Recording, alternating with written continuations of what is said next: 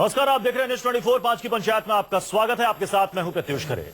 देश की नामचीन जवाहरलाल नेहरू यूनिवर्सिटी में बीती शाम देशद्रोही और संसद हमले के दोषी अफजल गुरु और जेकेएलएफ के मकबूल भट्ट के लिए कार्यक्रम आयोजित किया गया।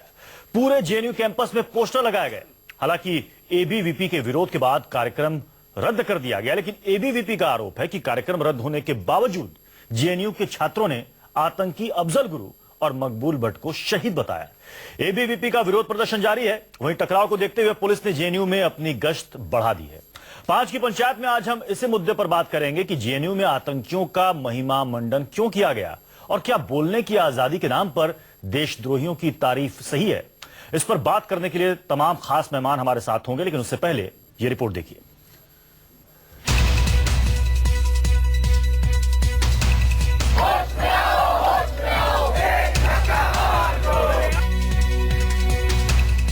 देश की नामी और बुद्धिजीवियों के लिए जानी जाने वाली यूनिवर्सिटी जेएनयू में बीती शाम जो कुछ हुआ उस पर बवाल मच गया।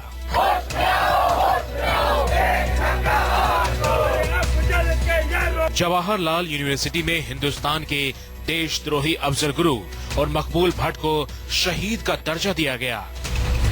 कुछ इस तरह से पूरे जेएनयू में पोस्टर लगाकर आतंकियों का महिमा मंडन किया गया।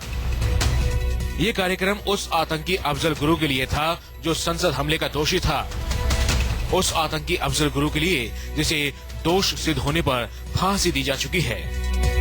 अफजल गुरु के अलावा देश के देशद्रोही जम्मू कश्मीर लिबरेशन फ्रंट के को फाउंडर मकबूल भट्ट को इस कार्यक्रम में खूब याद किया गया।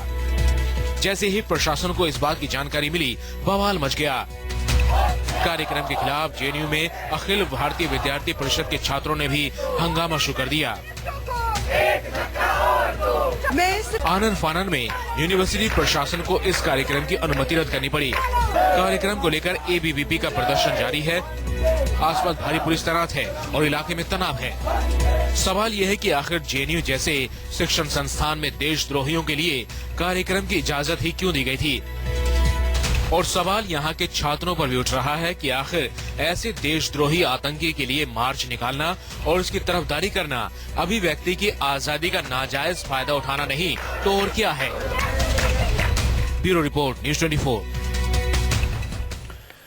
जी हाँ, सवाल कई सारे हैं। हमारे साथ तमाम खास मेहमान मौजूद हैं, उनसे आपका परिचय करा दूं, उसके बाद बढ़ेंगे 5 की पंचायत में पहले सवाल की ओर। हमारे साथ मौजूद हैं Kanhaiya Kumar, all India students federation AISF से जुड़े हुए हैं। सौरभ कुमार है एबीवीपी से, सेक्रेटरी एबीवीपी के। राजीव त्यागी जी कांग्रेस के प्रवक्ता हैं। विजय शंकर तिवारी जी प्रवक्ता हैं विश्व हिंदू परिषद से। इन सभी से हम चर्चा की शुरुआत करें, लेकिन उससे पहले देखिए 5 की पंचायत का पहला सवाल। जेएनयू में आतंकवादियों का महिमा मंडन क्यों किया गया? जी हां, हर कोई यही सवाल पूछ रहा है कि जेएनयू जैसे नामचीन यूनिवर्सिटी में एक देशद्रोही का महिमा मंडन क्यों किया गया। पहला सवाल मैं आप ही से समझना चाहूंगा। कन्हैया कुमार जी, AISF से आप जुड़े हुए हैं और एबीवीपी ये आरोप लगा रही है कि वहां पर AISF जो चाहती है वो होता है। क्या AISF को पता नहीं था कि यहां पर किस बात को लेकर वो कल्चरल प्रोग्राम के नाम पर ये सब कुछ हो रहा है? हाँ, सबसे पहले मैं दर्शकों को नमस्कार करना चाहूंगा। और आपका जो सवाल है कि जेएनयू में आतंकियों का महिमा मंडन क्यों किया गया, मुझे लगता है कि ये सवाल ही गलत तथ्यों पर आधारित है। जेएनयू में कभी भी आतंकियों का कोई महिमा मंडन नहीं किया जाता है। ये एबीवीपी है जिसका आज़ादी के आंदोलन से कोई लेना देना नहीं है। ये पैदा ही हुआ 1949 में। उससे पहले ऑल इंडिया स्टूडेंट फेडरेशन 1936 में बना, जो देश की आज़ादी के आंदोलन में हिस्सा लिया। और आज जो देश की आज़ादी के आंदोलन में हिस्सा लिया है उनको आतंकी कहा जा रहा है। और जो लोग अंग्रेजों से माफी मांगे हैं उनको जो है देशभक्ति बांटने का जो जेएनयू कैंपस में हुआ वो सही था? बिल्कुल गलत है। इसमें तथ्यहीन बात है कि जेएनयू में आतंकियों का। अच्छा, ये बताइए कि इसमें संगठन कौन थे, क्योंकि मेरे हाथ में ये एक कल्चरल इवनिंग नाम से यही शायद था जिसे वहां पर जेएनयू कैंपस में छात्रों ने इनवाइट किया था। फॉर एक कल्चरल इवनिंग। तो ये कल्चरल इवनिंग ना होकर फिर कौन सी इवनिंग हो गई? हालांकि ऊपर ये भी लिखा हुआ है against the judicial killing of Afzal Guru and मकबूल भट्ट, ये भी लिखा हुआ है। तो अगर वहां पर जेएनयू प्रशासन ये कह रहा है कि हमें इस बात की जानकारी नहीं थी, हमें तो कहा गया कि ये कल्चरल इवनिंग है, कल्चरल इवनिंग के नाम पर किसी देशद्रोही का महिमा मंडन किया जा रहा है, ये कैसे हो सकता है कि प्रशासन को इसकी जानकारी नहीं? और वो छात्र कौन थे? हमारा आपका सवाल बिल्कुल स्पष्ट है और इसका जवाब भी बिल्कुल स्पष्ट ये है कि जेएनयू में अलग अलग विचारधारा के लोग रहते हैं। मैं यहाँ पे जेएनयू एसयू अध्यक्ष के बतौर आपके बीच हूँ और आप मुझे जब जेएनयू में होने वाले तमाम कार्यक्रमों के बारे में सवाल पूछेंगे तो हमारा जवाब यही है कि जेएनयू इस देश का कैंपस है। जेएनयू के लोगों को इस देश के संविधान पे भरोसा है, लेकिन उसी संविधान में हमको बोलने की आजादी है। क्रिटिकली तो बोलने की आजादी के नाम पर आप कह रहे हैं कि ये सही है क्या? नहीं, फिर सवाल वही है। सवाल को समझिए जी कि क्या कल्चरल प्रोग्राम होने से पहले ही प्रशासन ने तय कर लिया कि वहां कल्चरल प्रोग्राम नहीं होगा? कल्चरल प्रोग्राम के नाम पर ऊपर अगर ये लिखा हुआ है against the judicial killing of Afzal Guru and मकबूल भट्ट, तो फिर ये साफ है जनाब कि आप अफजल गुरु को आप शहीद बताने की कोशिश कर रहे हैं। जनाब इस पूरे दुनिया में 145 से ज्यादा देशों ने फांसी की सजा को रद्द किया है। अगर हम फांसी की सजा का विरोध करते हैं, इसका ये मतलब नहीं है कि हम बलात्कार के पक्ष में हैं। अगर हम फांसी की सजा तो डेमोक्रेसी में खत्म होना चाहिए इसकी बात देश का सर्वोच्च न्यायालय किसी को देशद्रोही और आतंकी बताकर उसे अगर फांसी की सजा दे रहा है तो आप क्या कहेंगे? उसे आप शहीद का दर्जा देंगे? आप कहा तो ये भी जा रहा है कि जेएनयू कैंपस में शहीद कहा गया है अफजल गुरु को। ये एबीवीपी कह सकता है। सौरभ कुमार जी से इसका मैं जवाब लेना चाहूंगा। सौरभ कुमार जी कोई सच्चाई देखिए एएसएफ अपना पक्ष यहां पर रख रही है। ये कह रहे हैं कि जो हुआ वो गलत हुआ, लेकिन साथ में ये भी कह रहे हैं कि ये बोलने की आजादी है, हर किसी को बोलने की आजादी है, वो अपनी बात रख सकता है। अरे एआईएसएफ से ये क्या बोलेंगे? ये खुद उनके बीच में जाके प्रोटेस्ट किए हैं और उन्होंने बाकायदे भाषणबाजी किया है। और अभी मेरे पास वीडियो है, मैं दिखाऊंगा। इन्होंने ये बोला हुआ है कि भारत को हम अलग करके रहेंगे, हम लोग आजादी लेकर रहेंगे। क्या कोई भी कॉन्स्टिट्यूशन आपको ऐसा लीगल एडवाइस देता है? हमें मेरे पास आर्टिकल 19 है जिसमें कहा जाता है फ्रीडम ऑफ स्पीच, लेकिन उसके साथ साथ आर्टिकल 51A भी है जहां भी आपको ये क्लियरली मेंशन है कि नेशनलिज्म को आपको प्रमोट करना है। वहां पे भारत के 10 टुकड़े हो, इंशाअल्लाह इंशाअल्लाह, और अफजल गुरु एक शहीद हुआ है। ऐसे नारे क्या आप बताइए, क्या कॉन्स्टिट्यूशन में रह के कोई नारा लगा सकता है? नहीं तो ये बताइए ना, आखिर ये स्टूडेंट्स विंग थी क्या? देखिए कौन सी स्टूडेंट्स विंग थी? ये स्टूडेंट विंग जो 10 नाम आपके पास जो मैंने अभी पोस्टर दिया है, उसमें जो 10 नाम है ये डिफरेंट ये अपने ऑर्गेनाइजेशन से। ये डीएसयू का वही है जो पिछले इन लोगों को टूट गया। 10 नाम भी है। अनिर्बन, अंजलि, लेकिन अन्वेषा और भी नाम है। इसमें बड़ी दुख की बात यह है कि इसमें सारे लेफ्ट संगठन ने पूरा बकायदे इसके साथ मिलकर मार्च निकाला है। और जब हम लोगों ने रोकने की कोशिश की है तो हमारे महिला कार्यकर्ताओं के साथ बदतमीजी करते हुए मेरे पास वीडियो है, मेरा गला इस देश की कानून व्यवस्था है, आपको रोकने का अधिकार कौन दिया है? तो हमें कन्हैया कुमार जी ये सच नहीं है कि एबीवीपी के प्रोटेस्ट के बाद प्रोग्राम को कैंसिल किया गया? एबीवीपी अगर प्रोटेस्ट करना चाहता है वो चलता है। सौरभ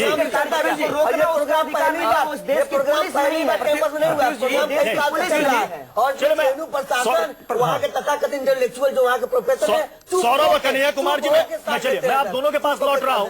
अब जरा मैं वीएचपी और कांग्रेस का भी रिएक्शन ले लेता हूं। सबसे पहले विजय शंकर तिवारी जी, आप क्या कहेंगे? क्या जेएनयू कैंपस में, या छोड़ दीजिए जेएनयू कैंपस, किसी विश्वविद्यालय में देश के या किसी शिक्षण संस्थान में या देश के कहीं भी किसी कोने में क्या इसकी इजाजत है कि किसी देशद्रोही का आप महिमा मंडन करें? प्रत्युष जी, कहीं भी नहीं है, लेकिन वास्तव में जवाहरलाल नेहरू यूनिवर्सिटी में ये भी काफी समय से 3 चीजें आप देख लीजिए। ये एंटी नेशनल, एंटी हिंदू और एंटी कॉन्स्टिट्यूशन, तीनों प्रकार की गतिविधियां वहां पर दिखाई पड़ती हैं। मैं बताता हूं एंटी हिंदू कैसे करते हैं। जब सारा देश दुर्गा माँ की पूजा कर रहा होता है, ये लोग महिषासुर की पूजा कर रहे होते हैं। और जब सारा देश कॉन्स्टिट्यूशन, जब ये जो अभी हमको ना दुर्गा एक मिनट रुक जाइए आप, अभी हम बात कर रहे थे, मैं चुप था, अभी चुप रहिए एक सेकंड। और इसके बाद मैंने कहा कि एंटी हिंदू, एंटी नेशनल गतिविधियां बड़े पैमाने पर जो ये एंटी कॉन्स्टिट्यूशन भी है और एंटी नेशनल भी है। तो तीनों प्रकार के नक्सली कहां मिलते हैं? नक्सली इनके यहाँ मिलते हैं। सारे देश में गाय को लेकर के सारी बात चलती है, तो बीफ की पार्टी कौन करता है? ये लोग करते हैं। प्रज्ञा ठाकुर कहाँ मिलते हैं? तो आप पहले मेरी बात कर, मैं आप प्रज्ञा ठाकुर पे भी बोलिएगा। प्रज्ञा ठाकुर की बात छोड़िए आप। देशभक्ति का सर्टिफिकेट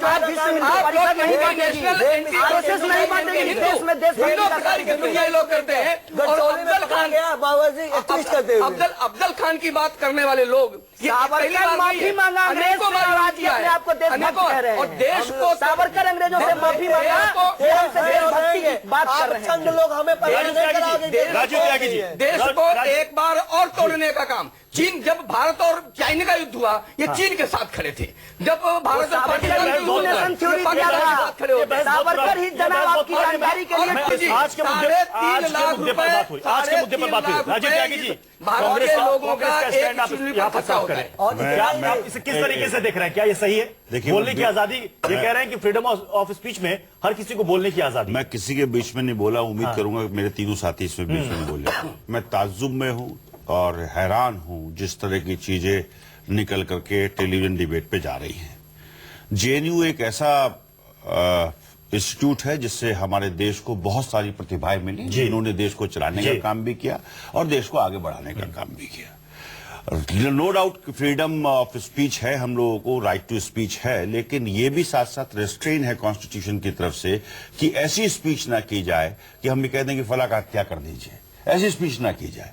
दूसरी बात, अफजल गुरु के मामले में कांग्रेस पार्टी का स्टैंड बिल्कुल क्लियर है कि अफजल गुरु को 2001 में उन्होंने संसद पे अटैक किया, भारतीय जनता पार्टी की सरकार थी उस वक्त, वो उसके मास्टरमाइंड थे। कॉन्स्टिट्यूशन ऑफ इंडिया ने और हमारे सुप्रीम कोर्ट में जाने की आजादी सभी नागरिकों को है और उनका फेयर ट्रायल होने का काम हुआ। फेयर ट्रायल होकर के उनको राष्ट्रद्रोही और निश्चित रूप से उनको ये साबित किया गया कि वो इन्होंने अटैक किया था और उनको हत्या की गई। उन्हीं का बेटा आज डॉक्टरी परस्यू करना चाहता है, ठीक है ना, उनका बेटा करना चाहता है, उसको उसके अपने राइट है, उसके अपने राइट हैं, उनके बेटे के अपने राइट हैं, ठीक है। और अफजल गुरु के कृत्य को लिए उनके परिवार के किसी सदस्यों को हम प्रताड़ित करें तो ये चिंता का विषय होगा मेरे लिए, कांग्रेस पार्टी के लिए चिंता का विषय होगा, क्योंकि हर एक आदमी का अपना अपना एक राइट है जीने का। लेकिन फांसी पे बहस हो सकती है कि फांसी देश में हो या ना हो, लेकिन जब फांसी अभी कॉन्स्टिट्यूशन में है तो उसमें आप कोई प्रश्न चिन्ह इसलिए नहीं लगा सकते कि हमारे सुप्रीम कोर्ट ने उसको फांसी देने का काम किया। दूसरी बात मैं कहना चाहूंगा, विश्व हिंदू परिषद से और भारतीय जनता पार्टी और आरएसएस से कहना चाहूंगा, जो मेरे मित्र लेफ्ट के यहां बैठे उन्होंने बिल्कुल सही कहा कि सावरकर साहब ने माफी मांगी और उसको स्वीकार करना चाहिए। हां साहब, सावरकर साहब ने अंग्रेजों से माफी मांगी, लेकिन भारतीय जनता पार्टी और आरएसएस की दिक्कत यह है कि वो देश में कानून व्यवस्था भी अपने हाथ में लेना चाहती है। आप जाइए, पुलिस में एफआईआर कराई, एक मिनट सुनिए, पुलिस, हाँ मैं उसकी राजनीति नहीं कर रहा, पुलिस में एफआईआर करिए, पुलिस में एफआईआर करिए, एफआईआर करिए, प्रश्न करिए, उसके बाद आप काम करिए। अगर यहाँ पर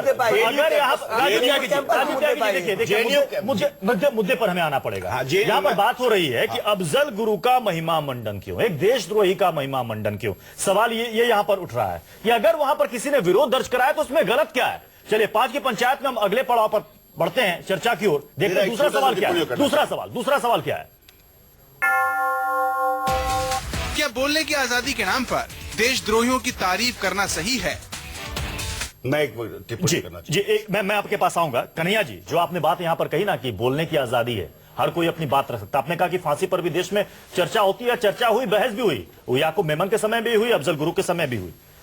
ये बताइए कि क्या आप फ्रीडम ऑफ स्पीच के नाम पर एक देशद्रोही को आप शहीद कहेंगे? जनाब, ये बहुत ही मौजूद सवाल है जी, और पूरी गंभीरता के साथ आज इस देश में तमाम लोगों पे इस पर विचार करना चाहिए कि क्या यह देश के संविधान से चलेगा, देश की संसद से चलेगा, या नागपुर और झंडे वालान से चलेगा? नहीं, अच्छा ये बताइए कि अफजल गुरु को फांसी, मेरी बात सुन लीजिए। मैं आग्रह करूंगा कि इस डिबेट में बिल्कुल एक आदमी को बोलने दें। कन्हैया कुमार जी, दिया जाए साहब। आपने यहाँ पर एक प्रश्न उठाया है कि देश कैसे चलेगा। बिल्कुल, देश के संविधान से चलेगा, बिल्कुल, या कैसे चलेगा? बिल्कुल, देश के संविधान ने, देश के कानून ने अफजल गुरु को फांसी की सजा दी, जिसे फांसी हुई, तो इस पर उसे शहीद कहना ये कहां तक तर्कसंगत है? कोई भी अगर उसको शहीद कह रहा है तो ये कवायद क्यों हुई? मेरी बात सुन लीजिए। कोई भी अगर उसको शहीद कह रहा है, उस पर कानूनी कार्रवाई करना, संविधान के आधार पर जो उचित चीज हो सकता है वो करना इस देश के कानून और व्यवस्था का काम है। दुखद ये है कि इस देश की कानून और व्यवस्था को एबीवीपी अपने हाथ में लेना चाहती है। एबीवीपी सवाल को समझिए, सवाल प्रश्न को समझिए। मैं संविधान से इनकार नहीं कर रहा हूं, मैं इस बात से नहीं इनकार कर रहा हूं कि इस देश में अगर कोई व्यवस्था है तो उस व्यवस्था का क्रिटिक नहीं होना चाहिए। जवाहरलाल नेहरू यूनिवर्सिटी, जवाहरलाल, मैं इसी बात पे आना चाहूंगा, मैं इसी बात पे बोलना चाहूंगा। कैंपस के अंदर एक प्रोग्राम हो रहा है, कल्चरल प्रोग्राम हो रहा है। कल्चरल प्रोग्राम में क्या हो रहा है ये आपको भी पता है। एबीवीपी उसका विरोध कर रही है। आप अपना स्टैंड कीजिए ना क्लियर कि आप उन स्टूडेंट्स के साथ है जो कह रहे हैं कि कुछ एक 10-11 स्टूडेंट्स थे जिन्होंने इस तरह से ये प्रोग्राम ऑर्गेनाइज किया था, उससे एआईएसएफ का कोई लेना देना नहीं। ये खुद एआईएसएफ के छात्र संगठन क्यों नहीं पहले खड़े हुए कि साहब ये नहीं होना चाहिए? ये खुद उस प्रोटेस्ट में शामिल थे, ये क्या बोलेंगे? इन्होंने भी अपना मैं कन्हैया कुमार भाषण दिया इन्होंने। इसका उत्तर चाहता हूं। आपका सवाल बहुत बेहतर है और मैं उम्मीद करूंगा हमारे संघी मित्रों से कि मुझे बोलने देंगे। हालांकि उनको बोलने की आजादी पे कोई भरोसा नहीं है। नहीं, मैं इसका जवाब ये देना चाहता हूँ। आप अपनी बात रखिए। हम आपको ये जवाब देना चाहते हैं कि इस पूरे मसले में हमारा 2 स्पष्ट पोजीशन है जी। पहला कि प्रशासन ने जब अनुमति दी तो वो किसके कहने पे अनुमति को खारिज की? क्या वहां पर किसी का बाहर से इंटरवेंशन हुआ? वो इंटरवेंशन किसका था और क्यों हुआ? और ये यूनिवर्सिटी की ऑटोनॉमी के लिए सही है या गलत है? पहला सवाल। दूसरा सवाल कि एबीवीपी को अगर दिक्कत है, बिल्कुल एबीवीपी दिक्कत रखे, अलग अलग विचारधारा है, तो वो अपनी दिक्कत प्रशासन को दर्ज कराए, प्रशासन को दर्ज कराए, पुलिस को दर्ज कराए। लेकिन एबीवीपी गुंडागर्दी करती है कैंपस में, लेकिन वो घुस करके महिलाओं के साथ बदतमीजी करती है, मारपीट करती है। मैं इसके खिलाफ हूं, लेकिन कार्यक्रम के पक्ष में नहीं हूं, लेकिन मैं की बात करते हो। पोजीशन के खिलाफ। कश्मीर के अलगाव बात है, आप प्रोटेस्ट में शामिल कैसे नहीं आए?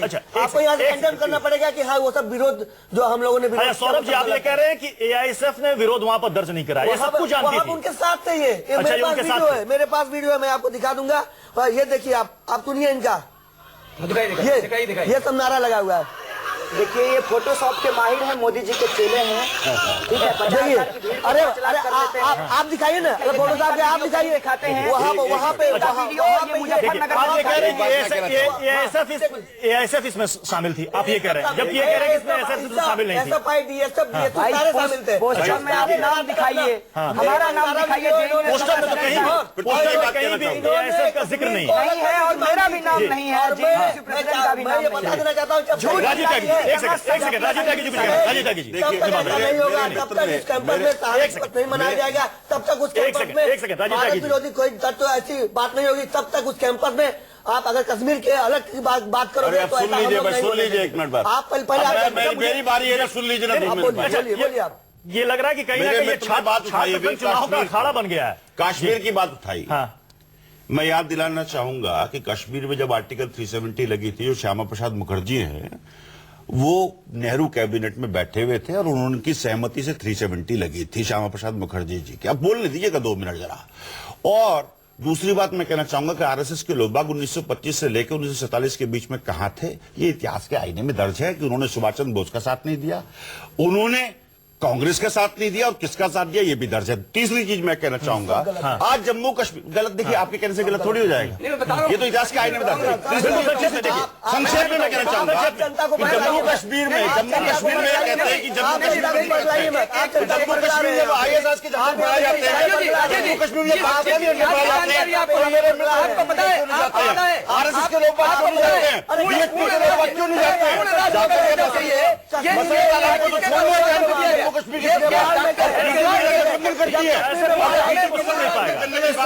तरीके से चर्चा नहीं हो पाएगी। जम्मू कश्मीर को सुल्तानों का एक सेकंड, इस तरीके से चर्चा नहीं हो पाएगी, इस तरीके से चर्चा नहीं हो पाएगी, कोई किसी को सुन नहीं पाएगा।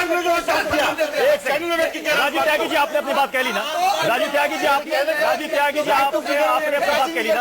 एक सेकंड, चंद्रशेखर तिवारी जी आप अपना पक्ष रखिए। इस तरह से मेरे बीच में बोल करके मेरे को ये बताइए कि आईएसआईएस के झंडे फहराए जा रहे हैं कश्मीर में, कश्मीर में पाकिस्तान के झंडे फहराए जाते हैं, आरएसएस के लोग वहां क्यों नहीं जाते हैं, जाके काउंटर करें ना।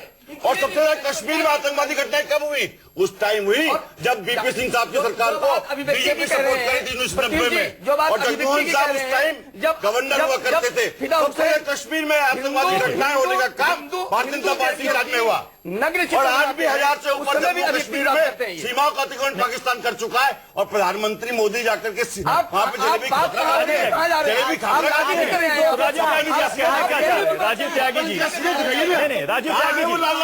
राजीव त्यागी जी यहाँ पर हम अफजल गुरु के महिमा मंडल पर यहाँ पर चर्चा कर रहे हैं।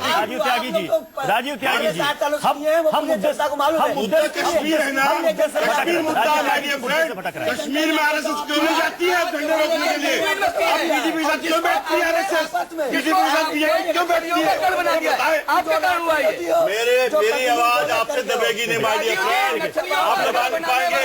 मैं हिस्टोरिकल फैक्ट्स दे रहा हूं। बात यहाँ पर अफजल गुरु देशद्रोही अफजल गुरु के महिमा मंडन से जुड़कर कि अफजल गुरु देशद्रोही का महिमा मंडन को जेएनयू जैसे नामचीन यूनिवर्सिटी के अंदर, इसी को लेकर आज में क्या कुछ हुआ आपने देखा। सभी ने अपना अपना पक्ष रखा और बात यहां पर शुरू हुई तो अतीत और इतिहास तक खंगाल दिए गए। लेकिन सवाल यह है, देश भी जान रहा है कि अगर किसी को कोर्ट ने, देश के कानून ने, देश के संविधान ने देशद्रोही करार दिया है और उसे सजा हुई है तो उसे पूरा देश मानता है और उसे शहीद कहना किसी भी तरह से उचित नहीं होगा। सभी मेहमानों का बहुत बहुत शुक्रिया।